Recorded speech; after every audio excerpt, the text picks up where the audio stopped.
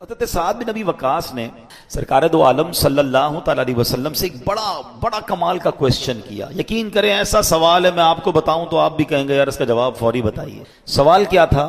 وہ کہتے ہیں یا رسول اللہ صلی اللہ تعالی علیہ وسلم آپ دعا فرمائے اللہ سے اللہ تعالیٰ مجھے مستجاب الدعوات کر دے. What is the meaning of مستجاب الدعوات؟ یعنی بندہ جو دعا کرے اس کی دعا قبول ہو جائے. اب مجھے بتاؤ یہ کتنا بڑا انعام ہے. اگر یہ ہم میں سے کسی کو مل جائے تو سارے مسئلے حل ہو گئے نا. پرابلم ہوگی، بیماری ہوگی، قرضہ ہوگا، واٹ ایور پرابلم، میں نے دعا کرنی ہے اور مسئلہ حل ہو جانا ہے. سبحان اللہ، مستجاب الدعوات. تو پیارے آقا علیہ الصلوۃ والسلام نے کتنا پیارا جواب دیا. کوئی بہت لمبا چوڑا جواب نہیں دیا. نبی پاک نے یہ نہیں فرمایا سعد اتنے روزے رکھو، اتنی نمازیں پڑھو، اتنے سجدے کرو، اتنے صدقے دو، اتنا لمبا مجاہدہ کرو پھر جا کے تم مستجاب الدعوات بنو گے. نہیں، ون لائنر آنسر فرام رسول اللہ صلی اللہ تعالی علیہ وسلم. آپ فرماتے ہیں اے سعد اپنی خوراک پاک کر لو، مستجاب الدعوات ہو جاؤ گے. بس یہ فارمولا آج سیکھ جائیے. مسئلے حل ہو گئے نا. میں کیوں جاؤں گا کسی اور سے دعا کرانے جب خود ہی مستجاب الدعوات بن جاؤں. تو اپنی غذا پاکیزہ کرنی ہے، اپنی کمائی پاکیزہ کریں، اپنا کھانا پاکیزہ کریں، اپنے لقمے پاکیزہ کریں.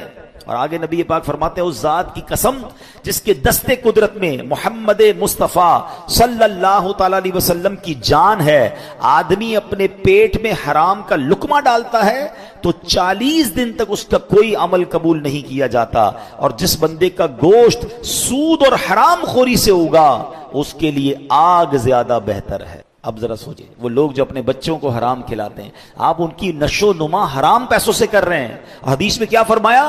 جو گوشت اگائی سود سے ہے، حرام سے ہے، وہ آگ کے لیے بہتر ہے، یعنی وہ آگ میں جل جانے کے لیے بہتر ہے. آج بھی غموں کی آگ باغ بنے گی، آج بھی آپ کی مشکلوں کی آگ باغ بنے گی، مگر پرابلم یہ کہ یہ بھروسہ کہاں ہے، وہ یقین کہاں ہے اللہ پر. ڈگمگا گئے ہم لوگ، ہمارے یقین اور بھروسے ہل گئے ہیں. اللہ اکبر. آئیے ایک اور واقعہ سنتے ہیں. حضرت ابو مسلم خولانی رحمت اللہ تعالی علیہ، ان کو امت کا حکیم کہا جاتا تھا. بڑے کمال کی شخصیت اور بڑے عقل مند اور دانا تھے. آپ کے دور میں آپ یمن میں رہتے تھے اور آپ تابعی بزرگ ہیں. تابعی کس کو کہتے ہیں؟ جس نے کسی صحابی کو ایمان کی حالت میں دیکھا ہو اور اس کا خاتمہ بھی ایمان پر ہی ہوا ہو. تابعی، سبحان اللہ. وہ تابعی بزرگ تھے، یمن میں رہتے تھے. آپ کے دور میں ایک شخص تھا اسود انسی. اس بندے نے معاذ اللہ نبوت کا جھوٹا دعویٰ کر دیا اور ایک دن زبردستی آپ کو اپنے پاس بلایا اور پوچھا کہ کیا تم گواہی دیتے ہو کہ محمد صلی اللہ تعالی علیہ وسلم اللہ کے رسول ہیں؟ کہا ہاں بالکل، میرے آقا علیہ الصلوۃ والسلام اللہ کے نبی ہیں، سچے نبی ہیں، وہ میرے آقا ہیں، میں ان پر ایمان رکھتا ہوں. تو پھر وہ کہتا ہے اچھا یہ گواہی دیتے ہو کہ میں بھی اللہ کا رسول ہوں؟ حضرت ابو مسلم خولانی کہتے ہیں کہ میں نے نہیں سنا تم کیا کہتے ہو، یعنی سنا ہی نہیں اس کی بات، سنی انسنی کر دی. اسود انسی کو بڑا غصہ آیا، اس نے فوراً حکم جاری کیا کہ بڑی اور خوفناک آگ جلائی جائے. آگ جلائی گئی. ابو مسلم رحمت اللہ تعالی کو اس دہکتی آگ میں ڈال دیا جائے، حکم دے دیا. آپ کا ایمان ٹس سے مس نہیں ہوا، آپ کھڑے رہے اور آپ کو اٹھا کر آگ میں ڈال دیا گیا. سبحان اللہ. جس رب نے حضرت ابراہیم کے لیے آگ کو ٹھنڈا کیا تھا نا، گلزار کیا تھا، ابو مسلم خولانی رحمت اللہ تعالی کے لیے بھی وہ آگ سلامتی والی ہو گئی. بالکل صحیح سلامت آگ سے باہر آ گئے. اسود انسی نے جب یہ دیکھا کہ یہ اتنی بڑی کرامت، اب یہ لوگوں کو پتہ چل جائے گا تو میری تو نبوت کا جو دعویٰ ہے وہ بیڑا غرق ہی ہو جائے گا. تو ان کو آزاد بھی کر دیا اور کہا کہ فوراً یہاں سے آپ چلے جائیں. تو آپ کو یمن سے نکال دیا. آپ یمن سے نکلے اور مدینہ منورہ حاضر ہو گئے. غلامی میں نہ کام آتی ہے شمشیریں نہ تدبیریں. غلامی میں نہ کام آتی ہیں نہ شمشیریں نہ تدبیریں، جو ہو ذوق یقی پیدا تو کٹ جاتی ہیں زنجیریں. کوئی اندازہ کر سکتا ہے اس کے زور بازو کا، نگاہ مرد مومن سے بدل جاتی ہے تقدیر. بات یقین کی ہے، بات ایسے کس کو کہتے ہیں؟ ایمان کی ہے. آج تو پرابلم یہ ہے، آج ہمیں کوئی سوال کر دیں ہم ٹینشن میں آ جاتے ہیں کہ واقعی اس بات کی دلیل کیا. اپنے ایمان کے بارے میں لوگ تذبذب کا شکار ہو جاتے ہیں. اللہ ایک ہے، اللہ واقعی موجود ہے، اللہ کہاں ہے، معاذ اللہ، ایسے سوال لوگ کر دیتے ہیں.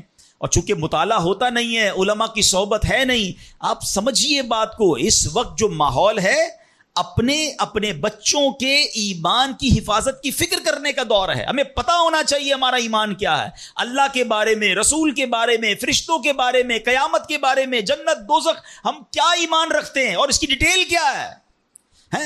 مسلمانوں کو اسلام کے بارے میں پتہ ہی کچھ نہیں ہے.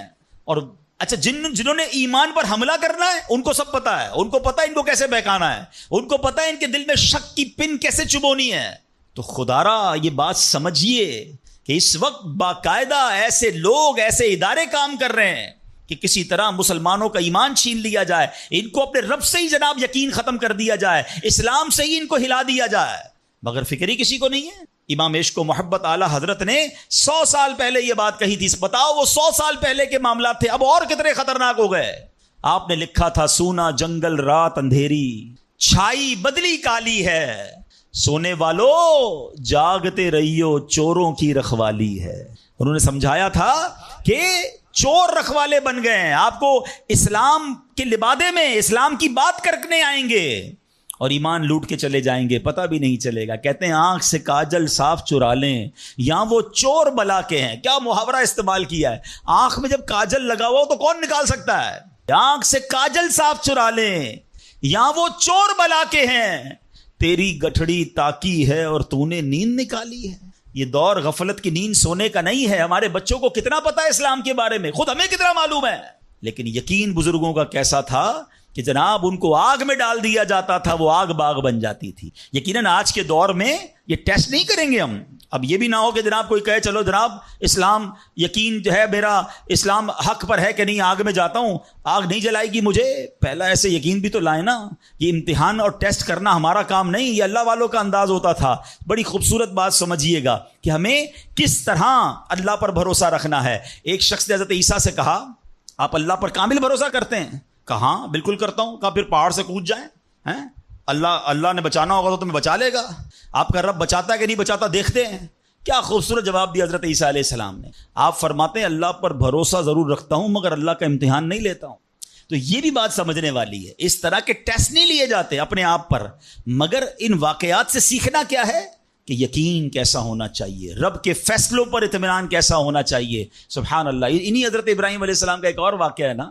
ایک قافلہ تھا، 3 افراد ہیں، بلکہ اس میں سبحان اللہ 4 افراد ہیں.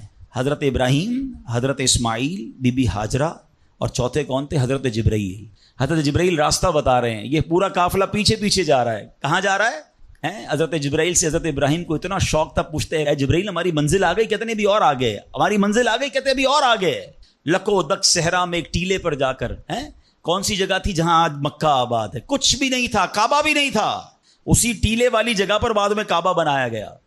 بالکل صحرا ہے، نہ پانی ہے نہ کھانا ہے. حضرت جبرائیل نے بتایا اے ابراہیم تمہارا مقام آ گیا ہے. حضرت ابراہیم کی اطاعت دیکھیں کہ وہ بیٹا جو 99 سال کی عمر میں دعاؤں کے بعد ملا ہے. حضرت اسماعیل آپ کو 99 سال دعا کرتے کرتے گزر گئے، پھر ملے تھے، مگر حکم کیا تھا کہ اپنے بیٹے کو، اپنی زوجہ کو وہاں چھوڑ آؤ. حضرت ابراہیم اپنی زوجہ کو، اپنے بیٹے کو جب چھوڑ کر جاتے، تھوڑے سے کھجورے ہیں، پانی ہے، تو بی بی ہاجرہ کیا کہتی ہیں؟ 3 بار کہا کہ ابراہیم کس کے سہارے چھوڑے جا رہے ہیں، کس کے سہارے چھوڑے جا رہے ہیں. حضرت ابراہیم نے جواب نہیں دیا. تو آخر میں کہتی ہیں اللہ امرک بہذا، اے اللہ کے نبی، کہ اللہ پاک نے آپ کو اس کا حکم دیا ہے؟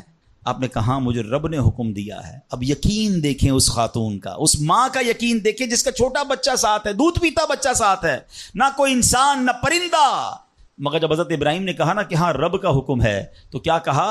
اے اللہ پاک کے نبی اگر یہ اللہ پاک کا حکم ہے تو پھر آپ خیر سے جائیں، اللہ ہمیں ضائع نہیں کرے گا. رب کا حکم ہے نا، پھر کھانا بھی اسی نے دینا ہے، پانی بھی اس نے دینا ہے، ہماری حفاظت بھی اسی نے کرنی ہے. آئے ہائے یقین کیسا تھا کہ وہ رب رحمان قدرتوں والا ہے. اللہ وہ ہے جو مردے سے زندہ نکال سکتا ہے. اللہ وہ ہے جو دن سے رات کو بناتا ہے، رات سے دن کو بناتا ہے. اللہ پاک وہ ہے جو بنجر زمین کو سرسبز و شاداب بنا دیتا ہے. یہ وہی رب ہے جو صحرا سے چشمے نکال دیتا ہے. اللہ پر یقین تھا کہ اگر پانی نہیں تو کیا ہوا، پانی بھی اسی کی نعمت ہے، وہی عطا فرمانے والا ہے. ارے یہاں کھانا نہیں تو کیا ہوا، رزق دینے والا تو موجود ہے. سبحان اللہ. اور ایسا ہی ہوا. کہا اب خیر سے جائیے، اللہ ہمیں ضائع نہیں کرے گا. کیا خوبصورت شعر ہے نا. یقین مثل خلیل آتش نشینی، یقین مثل خلیل آتش نشینی، یقین اللہ مستی خود گزینی. سن اے تہذیب حاضر کے گرفتار، غلامی سے بدتر ہے بے یقینی. کیا ترجمہ ہوا اس کا؟ اس کا معنی کیا ہوا؟ یقین کیا ہے؟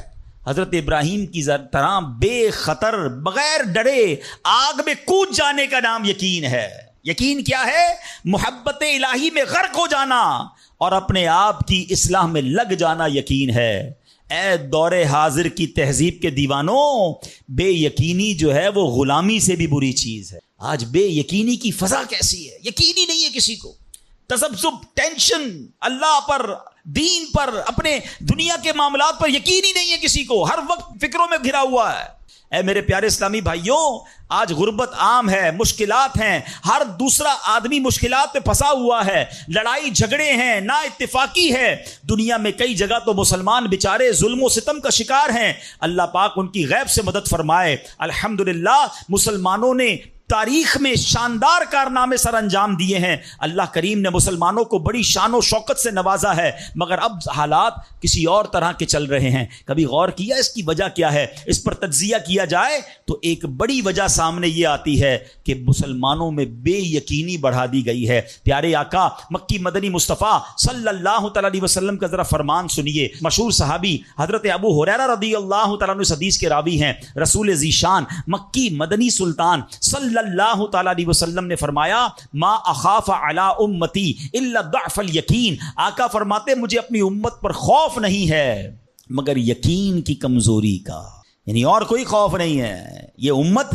ایسا نہیں ہوگا کہ شرک میں مبتلا ہو جائے گی، فرمایا میری امت اللہ پاک کا انکار نہیں کرے گی، ہاں میری امت کو جو بڑا مسئلہ درپیش ہوگا ان کا یقین کمزور ہو جائے، ان کا بھروسہ کمزور ہو جائے گا۔ ایک اور حدیث پاک سنیے، آقا فرماتے ہیں، نجا اول هذه الامه بالیقین والزہد، اس امت کے پہلے لوگ یقین اور دنیا سے بے رغبتی کے ذریعے نجات پا گئے، ویہلک آخر هذه الامه بالبخل والعمل، اور اس امت کے جو آخری لوگ ہوں گے کنجوسی اور لمبی امیدوں کے سبب ہلاک ہو گئے۔ پہلے والے یقین کی وجہ سے کامیاب ہو گئے۔ کیسا یقین تھا؟ 313 تھے نا، مگر بھروسہ رب پر کیسا تھا کہ فرشتوں کی فوج مدد کے لیے آ جاتی ہے۔ اور بعد والے فرمایا کنجوسی ہوگی، لمبی امیدیں ہوں گی۔ کنجوسی کیوں ہوتی ہے؟ مال خرچ کروں گا ختم ہو جائے گا، یقین نہیں ہے نا، یہ پیسے چلے جائیں گے، زکوٰۃ نہیں دیتے لوگ، اللہ کی راہ میں خرچ نہیں کر رہے، لمبی امیدیں بنائی، یقین نہیں ہے۔ کاش یہ بات سمجھ آ جائے کہ میرے اور آپ کے نصیب میں جو رزق لکھا ہے وہ لکھا ہوا ہے، وہ ہمیں مل کر رہے گا، مگر اسی کی ٹینشن میں زندگی گزر رہی ہے۔ بے یقینی کی کچھ مثالیں میں آپ کو سمجھاتا ہوں۔ ابھی تک شاید کچھ لوگ کہہ رہے ہوں گے یار یہ بات تو ٹھیک کر رہے ہیں، بے یقینی ہونی نہیں چاہیے، مگر ہمیں تو بے یقینی نہیں ہے۔ اب میں کچھ ایگزامپل کے ذریعے سمجھاتا ہوں۔ ہم مانتے تو ہیں اللہ پاک رزق دینے والا ہے، ٹھیک ہے، پھر بھی مال کے پیچھے مارے پھرتے ہیں۔ کوئی لندن پیرس کے خواب دیکھ رہا ہے، کشتیوں کے اندر بیٹھ کر، پچھلے دنوں واقعات ہوئے نا، پیسے دے کر وہ ڈنکی لگا کر جاتے ہیں، کوئی راستے میں مر جاتا ہے، کوئی کشتی میں بیچارے ڈوب گئے۔ کیوں؟ یقین نہیں ہے ادھر پیسے نہیں ملیں گے ادھر پیسے ملیں گے، کسی طرح ادھر چلا جاؤں یا مر جاؤں گا بھوکا۔ ذرا غور کیجئے، اے میرے پیارے اسلام بھائی، کو سود کا کام کرتا ہے، کیوں کرتا ہے سود کا کام؟ یقین نہیں ہے نا کہ حلال کماؤں گا تو پیچھے رہ جاؤں گا۔ ملاوٹ، رشوت، ڈاکہ، چوری، اگر ان تمام غلط کاموں کے پیچھے آپ دیکھیں تو یقین نہیں ہوتا کہ یار ملاوٹ نہیں کروں گا تو مال نہیں بکے گا، پیسے والا کیسے بنوں گا، غریب ہی رہ جاؤں گا۔ یقین ختم ہو گیا ہے، جس کی وجہ سے ہر دوسرے آدمی کو جناب غلط کام کرنا ہے۔ آگے چلیے، ہم مانتے ہیں نماز دنیا بھی سنوار دیتی ہے، آخرت بھی سنوار دیتی ہے، سنتے بھی ہیں بولتے بھی ہیں، مگر نماز پر دنیا کو ترجیح دیتے ہیں۔ یار نماز پڑھوں گا تو کاروبار پہ، دکان پہ کون بیٹھے گا؟ نماز پتہ ہے آخرت اور دنیا سنوار دے گی، یقین نہیں ہے۔ اسی طرح ہم مانتے ہیں کہ مسلمان کی ترقی قرآن پر عمل کرنے میں ہے، مگر نہ قرآن خود پڑھتے ہیں نہ اپنے بچوں کو پڑھاتے ہیں۔ ہم مانتے ہیں کہ اللہ پاک دعائیں قبول فرماتا ہے، مگر بے یقینی ہے، اول تو دعا مانگتے نہیں ہیں، اور مانگتے ہیں تو یقینی نہیں ہوتا۔ اب یقین کریں، علماء نے لکھا ہے کہ جو بندہ بغیر یقین کے ساتھ دعا مانگتا ہے نا، اس کی دعا قبول ہی نہیں ہوتی ہے۔ یعنی مثال دیتا ہوں، آپ بیمار ہیں یا پریشان ہیں یا کوئی مشکل میں ہیں، دعا کرتے ہوئے یہ خیال آ رہا ہے یار مسئلہ حل ہونا تو نہیں ہے، چلو پھر بھی مانگ لیتے ہیں۔ علماء کہتے ہیں حل ہی نہیں ہونا ہے، تمہیں رب پر ہی بھروسہ نہیں ہے۔ اب مثال دیتا ہوں اس کو ایک بلا تمثیل، آپ کا کوئی ملازم ہے، اس کو پیسوں کی ضرورت ہے، اور وہ آپ کے پاس آ کے کہتا ہے صاحب 5,000 روپے کی ضرورت ہے، مجھے لگتا تو نہیں آپ دیں گے، چلیں پھر بھی آپ سے مانگ ہی لیتا ہوں۔ آپ بتائیں آپ اس کو پیسے دیں گے یا ڈانٹ دیں گے کہ جب تمہیں مجھ پر یقین ہی نہیں ہے تو آئے کیوں میرے پاس؟ مجھے لگتا تو نہیں آپ میری مدد کریں گے، چلے پھر بھی آپ سے کہہ دیتا ہوں میری مدد۔ پہلے ہی آپ نے اس بندے کو ناراض کر دیا نا۔ ہم کہتے نہیں ہیں مگر ہماری بے یقینی یہ کہہ رہی ہوتی ہے اور اللہ سے دعا کر رہے ہوتے ہیں کہ اللہ مجھے امید تو نہیں تو دے گا، پھر بھی میں مانگ رہا ہوں. توبہ توبہ توبہ. یقین پتہ ہے کیسے کام کرواتا ہے؟ ایک بڑا پیارا واقعہ ہے. ایک گاؤں میں بارش نہیں ہو رہی تھی اور لوگ پیاسے مر رہے تھے. کئی سال ہو گئے بارش نہیں ہو رہی تھی. آخر کار گاؤں والوں نے پلان کیا کہ سارے گاؤں والے جمع ہوتے ہیں اور مل کر دعا کرتے ہیں. نماز استسقاء اور اس کا ایک پورا طریقہ ہے دعا کا. ایک قطرہ بارش کا نہیں پڑ رہا تھا. مویشی بھی پیاسے، لوگ بھی پیاسے، کنویں بھی سوکھ گئے تھے. اب جب گراؤنڈ میں لوگ جمع ہوئے نا تو ایک نوجوان ہاتھ میں چھتری لے کر آیا. لوگ اس کا مذاق اڑانے لگے. ارے اللہ کے بندے، سالوں ہو گئے بارش نہیں ہوئی ہیں، تم چھتری لے کر آئے ہو؟ تو کہتا مانگنے کس سے آیا ہوں؟ اس رب نے بارش تو دینی ہے، واپسی کیا بھیگتا ہوا جاؤں گا؟ اور علماء کہتے ہیں جب دعا شروع ہوتی ہے تو اتنی بارش ہوتی ہے کہ پورا گاؤں بھیگتا جاتا ہے. وہ نوجوان چھتری کے سائے میں جا رہا ہے. فرمایا یہ اس نوجوان کا یقین تھا جس کی وجہ سے یہ بارش ہوئی ہے. کاش یہ بات سمجھ آ جائے. ارے رب پر بھروسہ نہیں کرو گے تو کس پر بھروسہ کرو گے؟ اپنے دین پر، اللہ رسول کے فرمان پر ہی ہمیں بھروسہ نہیں ہے. غور کیجئے، یہ یقین لے آؤ واپس، زندگی میں موج آ جائے گا. زندگی اتنی پرسکون ہو جانی ہے اگر اللہ کے فیصلوں پر یقین آ جائے، اللہ کی عطاؤں پر یقین ہو جائے، آخرت کے وعدوں پر یقین ہو جائے، نبی پاک کی حدیثوں پر یقین ہو جائے. اعلیٰ حضرت رحمۃ اللہ تعالی علیہ کا کیسا یقین تھا. ایک بار غالباً اپنی والدہ کے ساتھ حج پر جا رہے تھے. اس زمانے میں پانی کے شپ جاتے تھے. اتنا زبردست رف سی ہو گیا، طوفان آ گیا، لوگ ڈر گئے، کلمے پڑھنے لگے، یہاں تک کہ لوگوں نے کفن نکال لیے کہ چلو کفن پہن لے، ڈوبنے والا ہے جہاز. اعلیٰ حضرت امام اہل سنت مفتی ہیں، ٹھیک ہے نا، اتنے بڑے مفتی ہوتے ہوئے آپ نے بھی والدہ کو کہا میں اللہ کی قسم کھا کر کہتا ہوں جہاز نہیں ڈوبے گا. تھوڑی دیر ہوئی تو ایسا ہی ہوا، جہاز کو کام ڈاؤن ہو گیا، سب خیر سے پہنچ گئے. تو ماں نے کہا بیٹا اتنی بڑی قسم کیسے کھا لی تم نے؟ کہ میں نے نبی پاک علیہ الصلوۃ والسلام کا فرمان سنا ہے جو کشتی میں بیٹھ کر یہ دعا پڑھ لے بسم اللہ مجریہا و مرساہا ان ربی لغفور الرحیم، وہ کشتی نہیں ڈوبے گی. میں اللہ کی قسم کھا کے کہتا ہوں کہ میرے نبی نے فرمایا نا، وہ یقین تھا. ہم کتنی بار دعا پڑھتے ہیں مگر دعا پڑھ کے بھی کہتے ہیں پتہ نہیں ہو قبول ہوگی نہیں ہوگی، پڑھ لیتے ہیں. یہ والی چیز نکال دیں. وظیفے ہمارے کیوں نہیں لگتے؟ لوگ کہتے ہیں وظیفہ پڑھ رہا ہوں مسئلہ نہیں ہو رہا، تعویذ لیا پھر بھی مسئلہ. تعویذ پہنتے وقت بھی خیال ہی ہوتا ہے چلو یار پہن لیتے ہیں، پتہ نہیں ہونا ہے نہیں ہو تو کچھ نہیں ہونا. وظیفہ پڑھ لیں اور کہہ رہے پتہ نہیں ہوتا. پہلے یقین لائیں. اچھا ڈاکٹر بھی یہی کہتے ہیں، یہ صرف اب یہ وظائف اور ان چیزوں میں نہیں، آپ اگر ڈاکٹر پر بھی یقین نہ رکھیں نا کہ یار اس کی دوائی پتہ نہیں کام کرتی ہے نہیں کرتی، کیونکہ بہت ساری چیزوں کے پیچھے یقین، ول پاور. بڑا خوبصورت جملہ میں نے کتاب میں پڑھا تھا کہ جو لوگ کہتے ہیں یہ ہو جائے گا ان سے ہو جاتا ہے، جو لوگ کہتے ہیں یہ نہیں ہوگا ان سے نہیں ہوتا. کاش یہ بات سمجھ آ جائے آپ کو. ہو جائے گا، اب کر لو گے. بڑے بڑے کام لوگ کر جاتے ہیں، میں کر لوں گا انشاءاللہ، پتہ نہیں ہوگا نہیں ہوگا، ٹرائی کر لیتا ہوں، پہلے ہی سمجھ لو نہیں ہوگا. اندر حوصلہ تو لائیں نا، یقین تو لائیں. اگر رب پر ہی بھروسہ نہیں ہوگا تو ہم کدھر جائیں گے؟ اب ذرا سنیے گا، امیر اہل سنت ایک بڑا پیارا واقعہ اپنے رسالے میں لکھا کہ ایک ڈاکوؤں کا گروہ جو تھا ڈکیتی کے لیے ایک جگہ پہنچا تو وہاں کھجور کے 3 درخت تھے. ایک درخت خشک تھا یعنی اس میں پھل نہیں لگے ہوئے تھے، دوسرا درخت پھلدار تھا. تو ڈاکوؤں کا سردار نے دیکھا کہ ایک چڑیا جو ہے وہ پھلدار درخت سے اڑتی ہے، خشک درخت پر جاتی ہے، واپس پھلدار درخت پہ آتی ہے، پھر خشک درخت پر جاتی ہے. تو اس نے کہا چکر لگائی جا رہی ہے، کوئی ماجرا ہے. تو اس نے غور سے دیکھا تو کیا دیکھا کہ وہ چڑیا جو ہے وہ پھلدار درخت سے جو ہے وہ کھجور لیتی ہے، اور جب خشک درخت پر جاتی ہے تو وہاں ایک اندھا سانپ منہ کھولے بیٹھا ہے. وہ چڑیا جا کر اس کے منہ میں کھجور ڈال کے آتی ہے، پھر دوبارہ جاتی ہے کھجور لا کر پھر اس سانپ کے منہ میں ڈالتی ہے.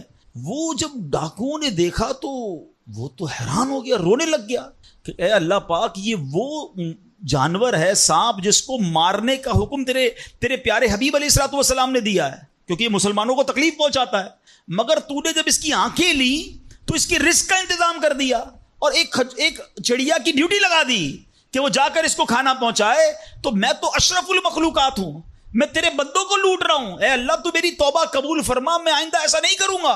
یہ رونے لگا. اب یہ سوچ رہا ہے سبحان اللہ.